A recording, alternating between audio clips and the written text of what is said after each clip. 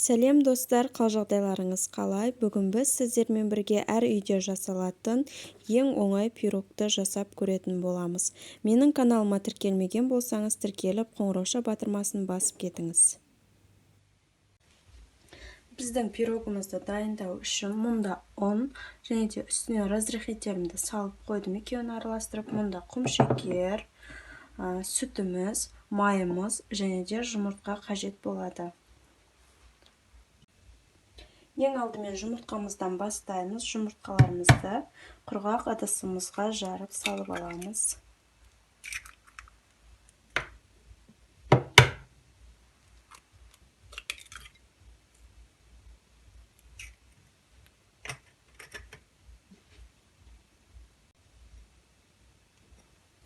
Дайындап алған шекерімізді осы жұмыртқамыздың үстінен саламыз. Жұмыртқа мен шекерімізді жақсылап араластыратын боламыз. Сіздерге ешқандай миксер керек емес, осылай венчиктің көмегімен араластырсаңыздар, осының өзінде көтеріліп әдемі болып шығатын болады. Міне жұмыртқа мен қантымызды жақсылап араластырып болдық.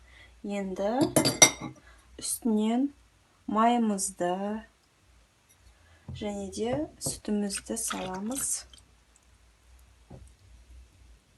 Және осыларды да жақсылап араластыратын боламыз.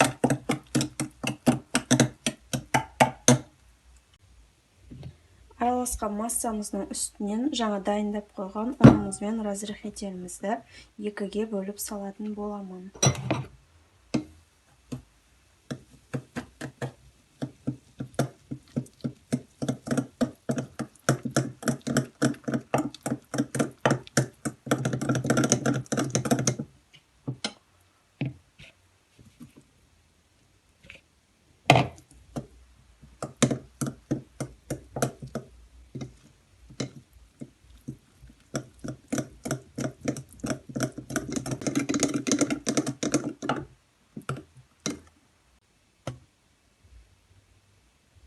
Осындай лопатканың көмегімен ыдысымыздың шетіндегі ұндарын, қамырларын ортаға алып, тағы да бір рет араластырып жібереміз. Пирогым әдемі көріну үшін осындай кондитерский магазинде сатылатын капля деп аталынады. Шоколад. Осы шоколадтарды қосып жіберетін боламын. Сонда пирогтарымның ішінде әдемі болып көрінетін болады.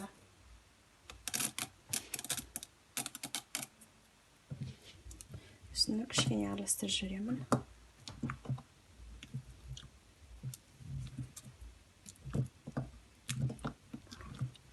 Міне піскен кезде де ішінде қап-қара болып әдемі көрінеді.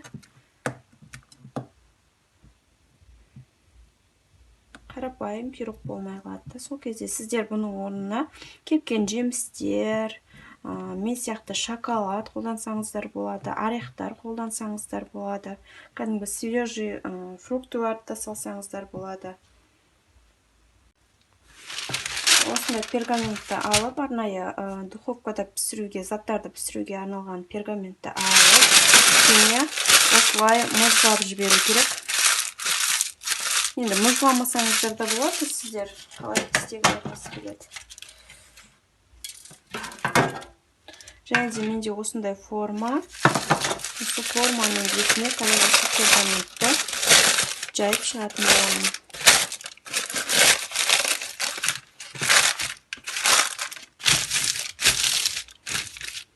Сіздерде осындай пирог пісіруге арналған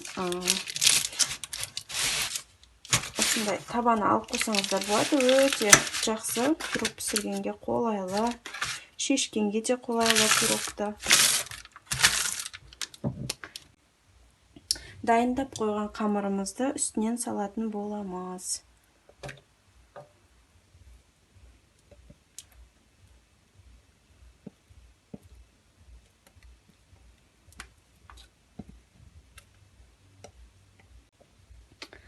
Міне біздің қамырымызды формасына салып қойдық. Енді пешімізді 180 градуста қыздырып аламыз.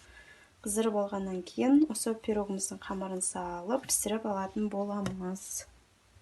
Біздің пирогымыз дайын болды. Қазір сіздермен бірге кесіп көретін боламыз. Оңай жұмсақ кесіледі.